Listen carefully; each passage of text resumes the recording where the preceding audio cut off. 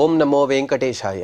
అఖిలాండ కోటి బ్రహ్మాండ నాయకుడైన శ్రీ శ్రీనివాస పరబ్రహ్మ యొక్క దివ్యానుగ్రహ విశేషం చేత తిరుమల తిరుపతి దేవస్థానం వారు నిర్వహించే అనేక ధార్మిక కార్యక్రమాల్లో భాగంగా ప్రతిరోజు మనం శ్రీమన్ మహాభారతాంతర్గత అరణ్య పర్వలోని విశేషాలను యథాశక్తి తెలుసుకునే ప్రయత్నం చేస్తున్నాము. ఈనాటి ప్రవచన కార్యక్రమాన్ని మంగళ పద్యాన్ని పఠిస్తూ ప్రారంభించుకుందాం. నారాయణం నమస్కృత్య నరం చైవ నరోత్తమం దేవీం సరస్వతీం వ్యాసం తతో జయముదీరయేత్. శ్రీ గురుభ్యో నమః. హరి ఓం.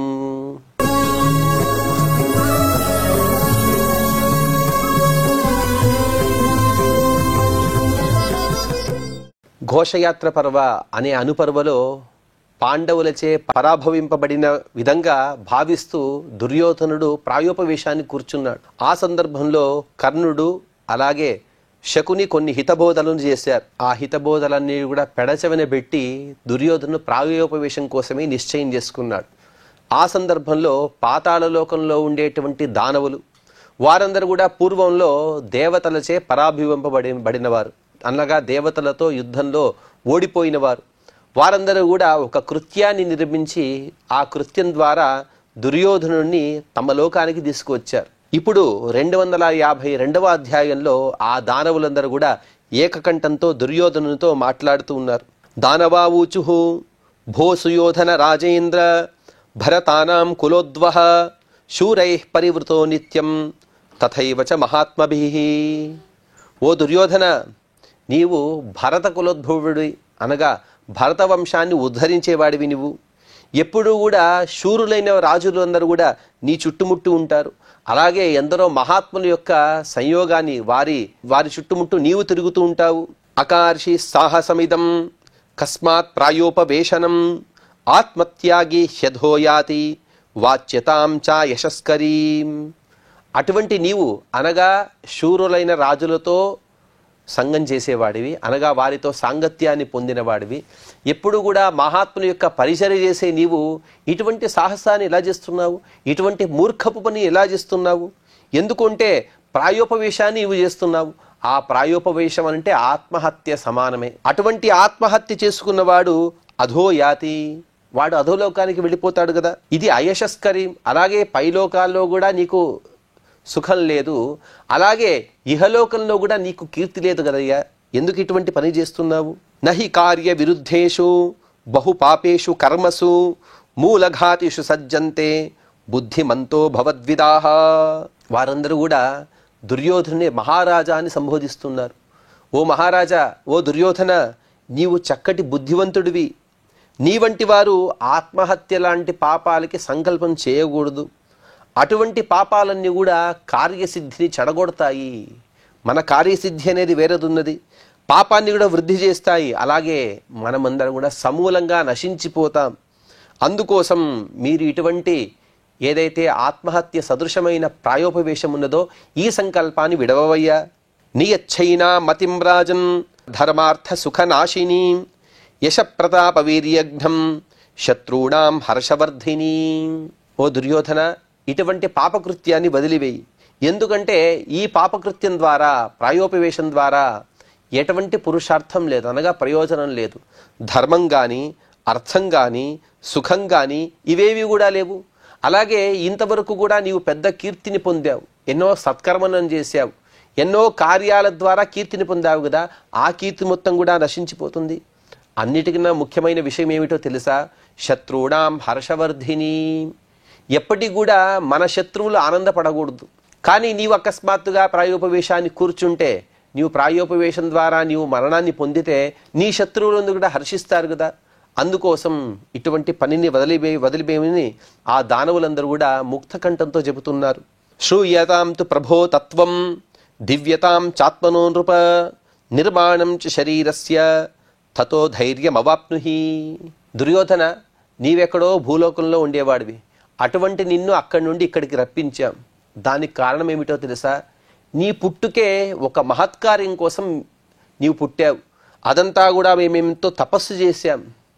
శ్రూయతాంతు ప్రభో తత్వం, ఏదైతే తత్వం, ఏదైతే వాస్తవం ఉన్నదో అటువంటి తత్వాన్ని విను. అది కూడా నీ విషయంలోనే. నీ శరీరం యొక్క నిర్మాణం అనేది గొప్ప తపశ్శక్తి చేత నిర్మింపబడింది. అదంతా కూడా మేము చెబుతాము, కాస్త ధైర్యాన్ని తెచ్చుకో. పురాత్వం తపసా స్మాభిః లబ్ధో రాజన్ మహేశ్వరాత్ పూర్వకాయశ్చ పూర్వస్తే నిర్మితో వజ్ర సంచయైః. పూర్వం నీవు మేము అనగా మనమందరం కూడా ఒక జట్టుగా ఉంటూ పెద్ద తపస్సు చేశాం. ఆ తపస్సు యొక్క ప్రభావం చేత పరమేశ్వరుని మనం మెప్పించి అతని వరం ద్వారా మా తపస్సుకి ఫలంగా మిమ్మల్ని మేము పొందాం. నిన్ను మా రాజుగా ఎన్నుకున్నాం. అతని ఆ పరమశివుని యొక్క అనుగ్రహం చేత నీ శరీరం, అందులోనూ కూడా నాభి నుండి శిరపర్యంతం నీ శరీరం అంతా కూడా వజ్రంలాగా గట్టిగా ఉంటుంది. వజ్ర నిర్మితమైంది నీ శరీరము. అర్ధ శరీరం వజ్ర నిర్మితంగా ఉంటుంది. ఆ శరీరం ఎటువంటిదంటే అస్త్రైరభేద్యై శస్త్రైశ్చ అప్యథక్కాయశ్చ తేనఘ కృత పుష్పమయో దేవ్యా రూపతస్త్రీ మనోహర. నీ పై శరీరాన్ని అనగా నాభి నుండి శిరపర్యంతం శరీరాన్ని ఏ అస్త్రాలు కానీ ఏ శస్త్రాలు కానీ నీ శరీరాన్ని చీల్చలేవు. అటువంటి గట్టి శరీరాన్ని పొందినవాడివి నీవు. కానీ నీ నాభి నుండి కింద వరకు ఏదైతే శరీరం ఉన్నదో అనగా కాళ్ల వరకు శరీరం, ఇదంతా కూడా స్త్రీ మనోహరంగా పార్వతీదేవి నిర్మించారు. ఆ విధంగా ఉమామహేశ్వరుల యొక్క అనుగ్రహంగా నిన్ను మేం పొందాం. కానీ నీవు మాత్రం ఇక్కడ ప్రాయోపవేశాన్ని కూర్చున్నావు కదయ్యా. ఏవమీశ్వర సంయుక్త తవ దేహో నృపోత్తమ దేవ్యాచరాజశార్దూల దివ్యస్త్వం హి నమానుషః. ఆ పార్వతీ పరమేశ్వరుల యొక్క అనుగ్రహంతో నిన్ను మేము పొందాము. అందుకోసం నిన్ను దివ్య పురుషుడిగా మేము భావిస్తూ ఉంటాం. కానీ నీవు చూస్తే క్షుల్లకమైనటువంటి కారణం చేత ప్రాయోపవేశాన్ని కూర్చున్నాం. కానీ ఒక విషయం గుర్తుపెట్టుకో దుర్యోధన, దివ్యస్త్వం హి న మానుషః. నీవు దివ్యమైన పురుషుడివి. సామాన్య మానవుడిగా నీవు భావించుకోవద్దు.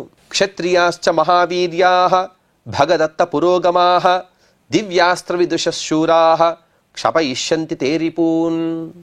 అయ్యో, నాకెవరు సహాయం లేదు, నా శత్రువులందరూ కూడా విజృంభిస్తున్నారు అని నీవు అనుకుంటూ ఉండవచ్చేమో. కానీ నీకొక విషయం చెబుతాను విను. భగదత్తుడే మొదలైనటువంటి క్షత్రియ వీరులందరూ కూడా నీ చుట్టుముట్టు పుట్టారు. వారందరూ కూడా మహాపరాక్రమ సంపన్నులు, దివ్యాస్త్రాలను చక్కగా తెలుసుకున్నవారు. వారు ఎప్పటికి కూడా నిన్ను రక్షిస్తూ నీ శత్రువులను సంహరించే సామర్థ్యం కలిగిన వారు. తదలం తే విషాదేన భయం తవ న విద్యతే సహాయార్థం చ తే వీరాః సంభూతా భువి దానవాః. అందుకోసం నీవు విషాదాన్ని వదులు. ఈ దుఃఖం ఏదైతే ఉందో ఈ దుఃఖాన్ని వదలవయ్యా. ఎటువంటి భయం కూడా నీకు అవసరం లేదు. ఎందుకంటే నీ సహాయం కోసం, నీ రక్షణ కోసం ఎందరో రాక్షస వీరులు నీ చుట్టుముట్టే పుట్టారు. వారెప్పుడు కూడా నిన్ను రక్షిస్తుంటారు, నీ శత్రువులను సంహరిస్తూనే ఉంటారు. భీష్మద్రోణ కృపాదీంశ్చ ప్రవేక్షంత్యపరే సురాః యైరావిష్టా ఘృణాం త్యక్త్వా యోత్స్యంతే తవ వైరిభిః. దుర్యోధనుడు ఇలా చెప్పొచ్చో ఏమో, ఒక ప్రశ్నను కూడా తామే అనగా దానవులే చేసుకుంటూ ఆ ప్రశ్నకి సమాధానం కూడా వారేస్తున్నారు. మీకమయ్యా మీ ఇక్కడ చెప్పేస్తారు. కానీ నాకు అక్కడ అడ్డుగా భీష్మాదులు ఉన్నారు. భీష్మాచార్యుల వారు, ద్రోణాచార్యుల వారు, కృపాచార్యుల వారు, ఇటువంటి వారందరూ కూడా ఉన్నారు. వారందరూ కూడా నాకు అడ్డుపడతారు కదా అని నీవు అనుకోవచ్చేమో దుర్యోధన. కానీ దానికి కూడా మాకొక ఉపాయం ఉన్నది. అదేమిటో తెలుసా? మేము అనగా మాలో ఉండేటువంటి దానవులు మేం వారిని ప్రవేశిస్తాం. వారి యందు ప్రవేశించి యైరావిష్టా ఘృణాం, వారందరూ కూడా వారి యొక్క ఆవేశం వలన ఎటువంటి దయ లేకుండా నీ శత్రు సమూహాన్ని చెండాడుతారు ఆ భీష్మాదులే. అనగా వారందరూ కూడా నీ పక్షంలోనే ఉంటారు. ఆ పని కూడా మేమే చేస్తాము. నీవు మాత్రం రాజుగా ఉండు చాలు, మమ్మల్ని అందరూ కూడా నీవే పాలించు. తద్వారా నీకు సహాయంగా భీష్మాదుల్ని మేమే పంపిస్తాం. నైవ పుత్రాన్ నచ భ్రాతॄన్ న పితॄన్ నచ బాంధవాన్ నైవ శిష్యాన్ నచ జ్ఞాతీన్ న బాలాన్ స్థవిరాన్నచ. ఆ యుద్ధం సందర్భంలో వావి వరసలు ఉండవు. వారు అయ్యో నా కొడుకు, లేకపోతే తమ్ముడు, అన్న, తండ్రులు, బంధువులు, శిష్యులు, దాయాదులు, చిన్నపిల్లలు, వృద్ధులు అనే సంబంధాలన్నీ కూడా ఏవి పట్టించుకోకుండా వారు యుద్ధాన్ని చేస్తారు. ఇది సంప్రహరిష్యంతః మోక్ష్యంతి కురుసత్తమ నిస్నేహ దానవావిష్టా సమాక్రాంతేంతరాత్మని. ఎటువంటి విచక్షణ లేకుండా వావి వరసలు చూడకుండా ఎదురుగా వచ్చిన వాడు శత్రు అని శత్రుత్వాన్ని మాత్రమే భావిస్తూ ఎవరైతే అసురులు వారిని ప్రవేశించారో ఆ అసురులు యుద్ధంలో వచ్చిన ఎదురుగా ఉన్నటువంటి వారిని వావి వరసలు చూడకుండా వారిని సంహరిస్తారు. అంటే ఇదంతా కూడా చాలా ముఖ్యమైనటువంటి విషయం. ఒకవైపు భీష్మాచార్యుల వారు తర్వాత చెప్పబోతూ ఉన్నారు, శరపంజరంలో ఉండడమే ఆనందము, ఎందుకంటే దుర్యోధని ఇంట భోంచేశాను కాబట్టి అని వారు చెప్పుకుంటారు. అదొక కారణమైతే స్పష్టంగా మహాభారతం చెబుతోంది, పర దైత్యుల యొక్క ఆవేశం చేత కూడా వారు కొన్నిసార్లు మౌనాన్ని దాల్చడం కానీ, అనగా ద్యూత పర్వంలో ఆ మౌనాన్ని దాల్చడం కానీ, లేకపోతే యుద్ధంలో పాల్గొనడం కానీ జరిగినది. ఇది స్పష్టంగా మహాభారతం చెబుతోంది. ఆ విధంగా ఈ దైత్యుల యొక్క, దానవుల యొక్క ఆవేశం చేత వారు యుద్ధంలో పాల్గొంటారు. నీ పరంగా వారు జయాన్ని నీకు సంప్రాప్తం చేస్తారు. ప్రహరిష్యంతి వివశా స్నేహం ఉత్సృజ్య దూరతః హృష్టా పురుష శార్దూలా కలుషీకృత మానసాః అవిజ్ఞాన విమూఢాశ్చ దైవాచ్చ విధి నిర్మితాత్. పురుష సింహులే అనగా గొప్ప పరాక్రమవంతులే భీష్మద్రోణాదులు. కానీ రాక్షసుల యొక్క ఆవేశం చేత వారి మనస్సు కూడా మలినమైపోతుంది. ఇది ఈ సందర్భం అనేది సామాన్యమైనటువంటి మనకు కూడా ఎన్నోసార్లు సంప్రాప్తం అవుతూ ఉంటుంది. ఉదాహరణకి ప్రతిరోజు కూడా దేవతార్చన చేస్తూ ఉంటాం. ఆ దేవతార్చన సందర్భంలో ఎదురుగా దైవం ఉన్నది, అనగా శాలిగ్రామమో లేకపోతే విగ్రహమో ఏదో ఒకటి, మనం పూజించే పటమో ఏదో ఒకటి ఎదురుగా దైవం ఉన్నప్పుడు కూడా ఆ పూజకు కావలసిన సంభారాలన్నీ కూడా మనం సిద్ధం చేసుకున్నాం. అకారణంగా చిన్న చిన్న విషయాలకే మనం కోపం తెచ్చుకుంటూ ఉంటాం. అదంతా కూడా ఎందుకుంటే ఇటువంటి దానవుల యొక్క ఆవేశం చేత, ఆ దానవుల యొక్క ఆవేశం చేత సత్కర్మలు చేస్తున్నప్పటికీ కూడా అపవిత్ర పవిత్రోవా సర్వావస్థాంగతోపివా యస్మరేత్ పుండరీకాక్షం సబాహ్యాభ్యంతర శుచి అని ఎంతో శుచిని పొందినప్పటికీ కూడా చిన్న చిన్న కారణాల చేత మనం క్రోధాదులను పొంది అశుచి అయిపోతాం. అదెందుకుంటే ఈ దానవుల యొక్క ఆవేశమే. భీష్మద్రోణాదులకే తప్పని దానవ ఆవేశము మనకు తప్పకుండా ఉంటుందా? కాబట్టి మనకు కూడా జరుగుతుంది. అందుకోసమే ఆ దానవులందరూ కూడా చెబుతున్నారు, భీష్మద్రోణాదులు సామాన్యులు గారు. ఒకరు అష్టవసువులో ఒకరి యొక్క ఆవేశంతో పుట్టినవారు, ద్రోణాచార్యుల వారు సాక్షాత్ బృహస్పత్యాచార్యుల వారి అవతార రూపులు. కానీ వారికి కూడా ఈ రాక్షసుల ఆవేశం చేత వారి మనస్సు కూడా మలినమైపోతుంది. వారందరూ కూడా స్నేహాన్ని లేకపోతే బాంధవ్యాన్ని పక్కన పెట్టి యుద్ధం చేస్తారు. ఆ యుద్ధంలో వారందరూ కూడా వావి వరసలు చూడకుండా సంతోషంతో శస్త్రాస్త్రాల యొక్క ప్రయోగం చేస్తారు. అంతటికి కూడా దైవమే గొప్పదయ్యా, అవిజ్ఞాన విమూఢాశ్చ దైవాచ్చ విధి నిర్మితాత్. ఆ అవిజ్ఞానమనే ద్వారా వారందరూ కూడా మూర్ఖులైపోయి స్పష్టంగా దానవులే చెబుతున్నారు, అవిజ్ఞాన విమూఢాశ్చ దైవాచ్చ విధి నిర్మిత. ఇదంతా కూడా మేం చేశామని అనుకోవద్దు, ఇదంతా కూడా దైవ సంకల్పము, పరమాత్మ యొక్క సంకల్పం. వ్యాభాషమాణాశ్చాన్యోన్యం నమే జీవన్ విమోక్షసే సర్వే శస్త్రాస్త్రమోక్షేణ పౌరుషే సమవస్థితాః శ్లాఘమానాః కురుశ్రేష్ఠ కరిష్యంతి క్షణక్షయం. భీష్మాచార్యుల వారు, ద్రోణాచార్యుల వారు, కృపాచార్యుల వారు వీరందరూ కూడా ఏం చేస్తారో తెలుసా? ఒకరికొకరు వ్యతిరేకంగా మాట్లాడుకుంటారు. అలాగే ప్రాణాలతో వదలమని బెదిరించుకుంటూ, శస్త్రాస్త్రాలను ప్రయోగించుకుంటూ, పౌరుషంతో యుద్ధం చేస్తూ పెద్ద సంఖ్యలో జనక్షయం జరిగేట్టుగా చేస్తారు. ఇదంతా కూడా అనేక గ్రంథాలలో పరమాత్మయే చెప్పిన విషయాలే. అనగా దేవతలందరూ కూడా కొందరు దుర్యోధన పక్షంలోనూ కూడా పుట్టారు. వారిని సంహరించాలంటే పరపక్షంలో కూడా దేవతలే ఉండాలి. అందుకోసమే పరమాత్మ ఈ విధంగా పరస్పరంగా దేవతలను దానవులను కలిపి పుట్టించి తద్వారా జనక్షయాన్ని చేశాడు. ఆ విషయాన్ని ఈ దానవులందరూ కూడా చెబుతున్నారు. తేపి పంచ మహాత్మానః ప్రతియోత్స్యంతి పాండవాః వధం చైషాం కరిష్యంతి దైవయుక్తా మహాబలాః. ఆ 5 పాండవులు ఎవరైతే ఉన్నారో వారు కూడా సామాన్యులు గారు. వారందరూ కూడా దేవతల యొక్క అంశతో పుట్టినవారే, దైవబల సంపన్నులే. వీరితో వారు పరస్పరంగా పోరాడగలరు. కానీ చివరికి భీష్మద్రోణాదులను సంహరించేవారు పాండవులే. ఇదంతా కూడా దైవ నిర్ణయమే. దైత్యరక్షో గణాశ్చైవ సంభూతా క్షత్రయోనిషు యోత్స్యంతి యుధి విక్రమ్య శత్రుభిస్తవ పార్థివ. ఓ దుర్యోధన, దైత్యులు, రాక్షసగణాలు, ఈ విధంగా వారందరూ కూడా అనేక పరస్పరంగా మాట్లాడుకొని వారి వారి యొక్క ఉపాయముల చేత నీ దగ్గరే అనగా క్షత్రియుల యొక్క వంశంలోని వారందరూ కూడా పుడతారు. పుట్టి గొప్ప బల పరాక్రమాలు పొంది అలాగే వారందరూ కూడా అనేక తపస్సులు కూడా చేసి శస్త్రాస్త్రాలను పొంది నీ శత్రువులతో వారు యుద్ధం చేస్తారు. యుద్ధం చేసే సందర్భంలో గదాభిర్ముసలై శూలై శస్త్రైరుచ్చావచైస్తథా పరహరిష్యంతి తే వీరాః తవారిషు మహాబలాః.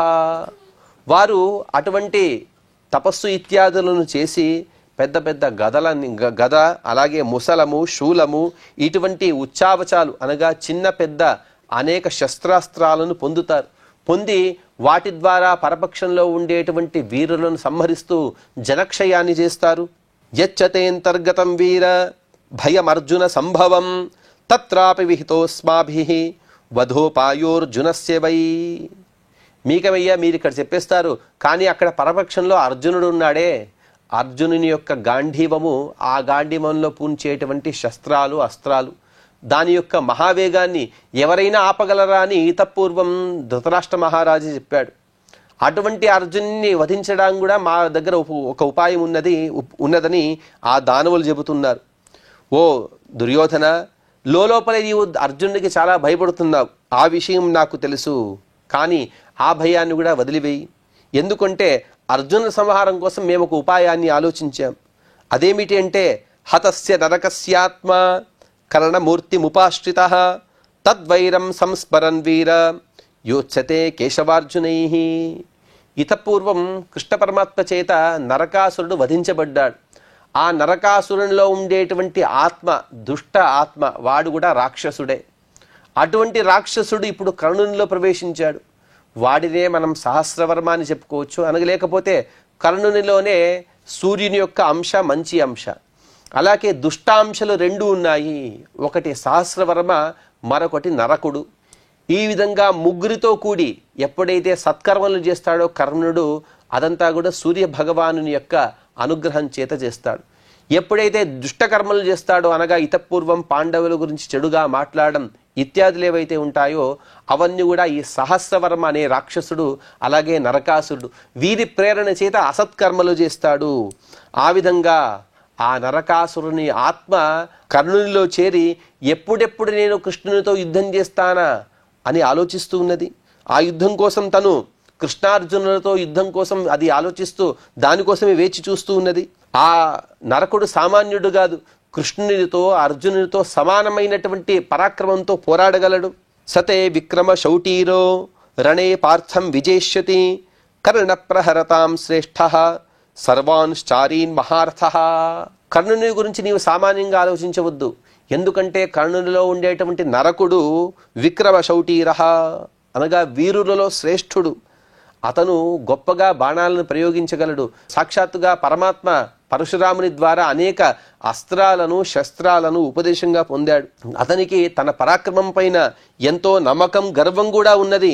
అతను యుద్ధరంగంలో ఒక అర్జునుడే కాదు, నీ శత్రువు సమూహం ఎవరైతే ఉందో మొత్తాన్ని కూడా చీల్చి చెండాడగలడు. అంత సామర్థ్యం కలిగిన వాడు కర్ణుడు.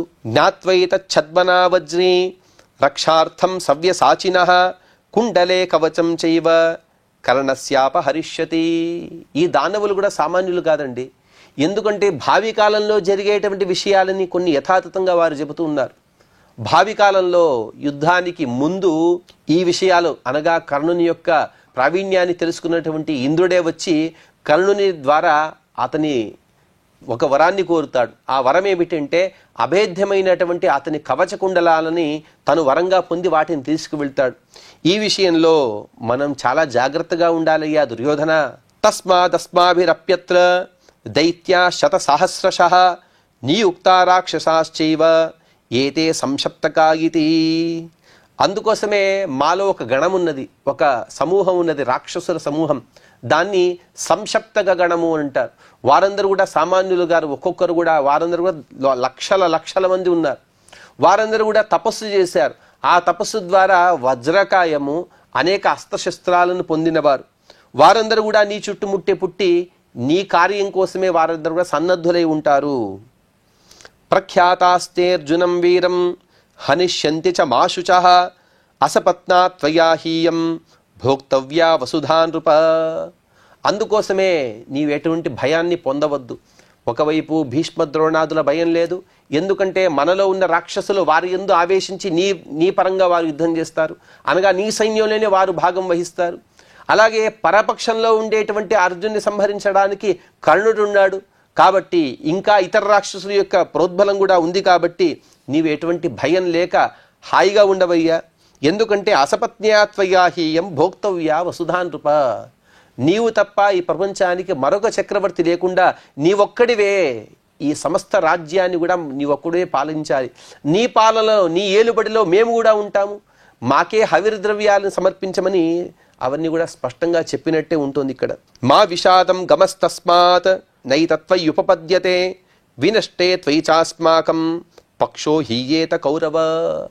ఇవన్నీ విషయాలు కూడా చెబుతున్నాము కదా ఓ దుర్యోధన. అందుకోసమే ఈ విషాదకరమైనటువంటి అవస్థ ఏదేందో దీన్ని వదిలివేయవయ్యా. ప్రాయోపవేశం అంటావు, ఆత్మహత్య అంటావు, ఉన్నట్టుండి నీవు గురించి నీ బలాన్ని నీవే తక్కువగా మాట్లాడుకోవడం, ఇదంతా కూడా అసంబద్ధమైనది కదా. ఎందుకోసమంటే నీకోసం మేమింత కష్టపడే సందర్భంలో, నీకోసం మేమింత మంది పుట్టిన సందర్భంలో ఇంకా నీవు ఆత్మవిశ్వాసాన్ని పొందకపోతే ఎలా? అందుకోసం నీవు ధైర్యంగా ఉండు. అకస్మాత్తుగా నీవే నశిస్తే, నీవే ఆత్మవిశ్వాసాన్ని కోల్పోతే ఇక మన పక్షం ఏమవుతుంది? మనమందరం కూడా నశిస్తాం కదా. నీపైనే ఆశలన్నీ కూడా అని ఆ దానవులు చెబుతూ ఉన్నారు. గచ్చ వీర రతే బుద్ధి అన్యా కార్యా కథంచన త్వమస్మాకం గతిర్నిత్యం దేవతానాం చ పాండవాహ. స్పష్టంగా చెబుతున్నాయి ఆ దానవ గణమంతా కూడా. గచ్చ వీర, అందుకోసమే దుర్యోధన నీవు ధైర్యంగా వెళ్ళు, ఇక వేరే కార్యం గురించి ఆలోచించవద్దు. ఎందుకుంటే ప్రపంచంలో రెండే పక్షాలు ఉన్నాయి, ఒకటి దేవతల గుంపు, రెండవది దానవుల గుంపు. దేవతల పక్షాన పాండవులందరూ కూడా ఉన్నారు, దైత్యుల పక్షం దానవ పక్షంలో నీవు ఉన్నావు.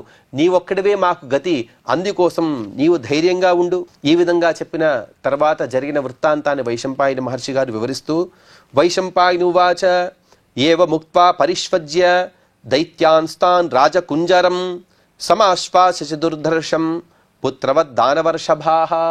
తమ కుమారుడిని ఏ విధంగా అయితే లాలించాలో, ఎటువంటి విశ్వాసపూర్వకమైన మాటలు మాట్లాడాలో, ఎంత ఉత్తేజపరచాలో ఆ విధంగా వారందరూ కూడా ఈ దుర్యోధని ఉత్తేజపరిచి అందరూ కూడా ఈ దుర్యోధని ఆలింగనం చేసుకున్న తర్వాత వారందరూ కూడా స్థిరాం కృత్వా బుద్ధిమస్య ప్రియాన్యుక్త్వా చ భారత గమ్యతామిత్యనుజ్ఞాయ జయమాప్నుహి చేత్యథ.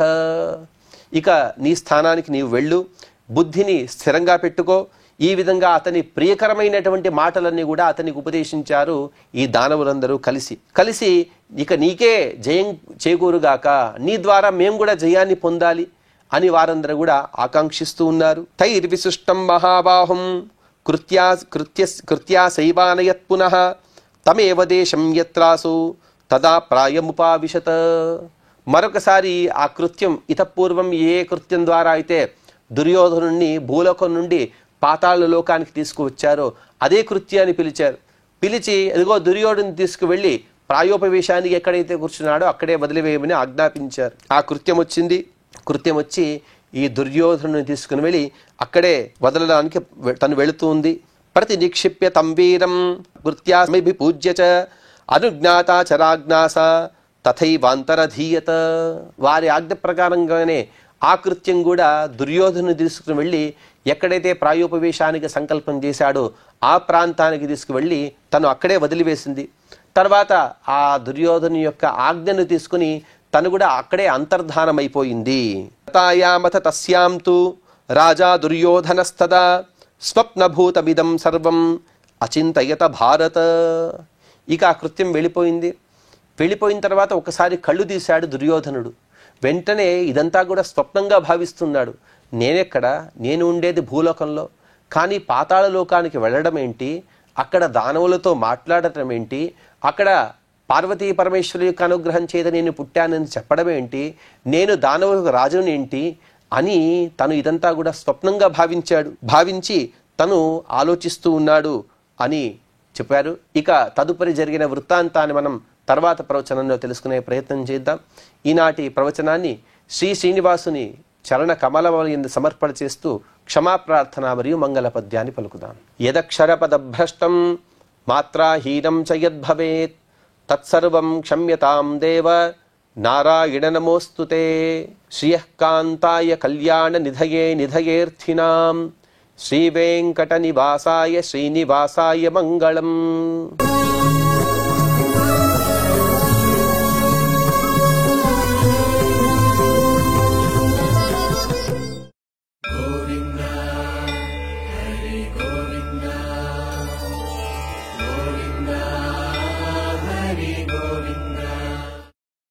Oh